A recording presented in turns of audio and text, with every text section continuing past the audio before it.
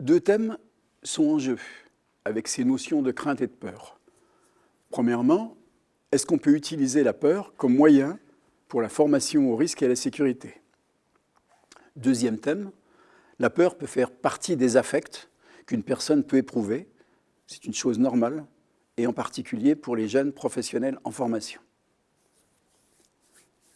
On dit que la peur n'évite pas le danger. Pourtant, pour tous les êtres vivants, la peur est à la source de comportements de sauvegarde, la fuite, l'évitement, réaction de protection, etc. La peur est donc un phénomène positif, naturel, avant d'être éventuellement une source de risque lorsqu'elle est trop importante ou lorsqu'elle tourne à la panique, elle peut entraîner des réactions et des comportements inappropriés et dangereux.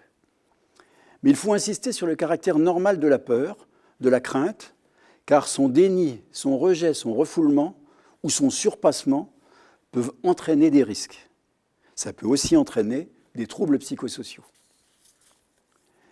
L'usage de la peur est aujourd'hui reconnu dans son caractère bénéfique dans toutes les campagnes pour la santé et la sécurité. L'alcool, le tabac, la route. Vous avez sans doute remarqué que les préventeurs n'hésitent plus du tout à montrer aujourd'hui, de façon très crue, les conséquences des comportements à risque. Ils le font pour deux raisons. D'abord pour frapper l'imagination.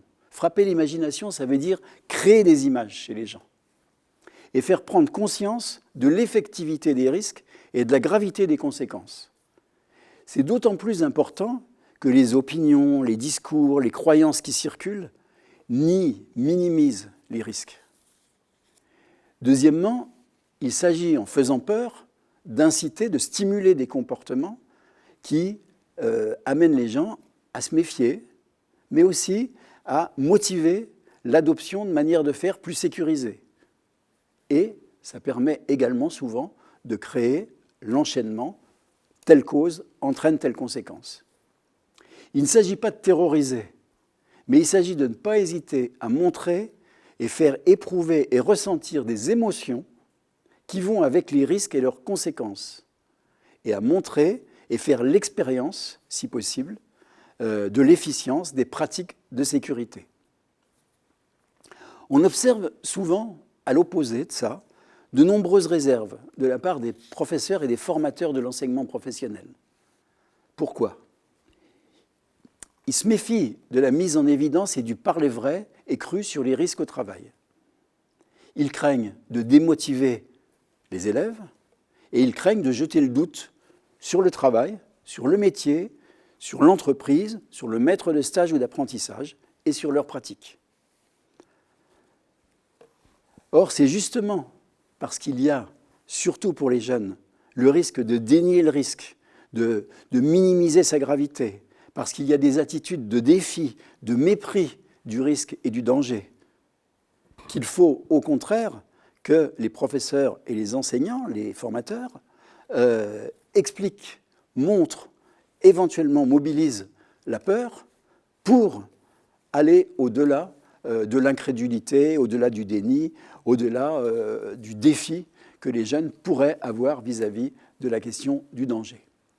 Il faut souligner aussi que pour tout un chacun, le danger est difficile à concevoir, à imaginer et à se représenter. Il faut donc, en montrant l'effectivité des risques, la gravité des risques, perturber et déranger les croyances fausses, les attitudes et les comportements risqués. Il faut, comme je l'ai dit, frapper l'imagination, créer une prise de conscience plus juste des risques et de l'action en sécurité. Il s'agit de mettre en doute les faux sentiments et impressions de sécurité. Si la peur et la crainte face au danger sont bien présentées comme des phénomènes normaux, vitaux et propices à la sauvegarde, alors elles peuvent être mobilisées pour susciter la prise de distance, la prise de conscience, les changements d'opinion et la construction de pratiques plus sécuritaires. Une formation, dans ce sens, va tendre aussi à faire vivre, à travers des images, à travers des histoires, à travers des récits, à travers des expériences racontées, mais aussi parfois des expériences simulées, faire vivre des situations de crainte, de peur, d'inquiétude, de sentiments de danger, et faciliter aussi l'expression des affects de crainte, de peur, de méfiance qui pourront émerger au cours des discussions, au cours des retours d'expériences professionnelles.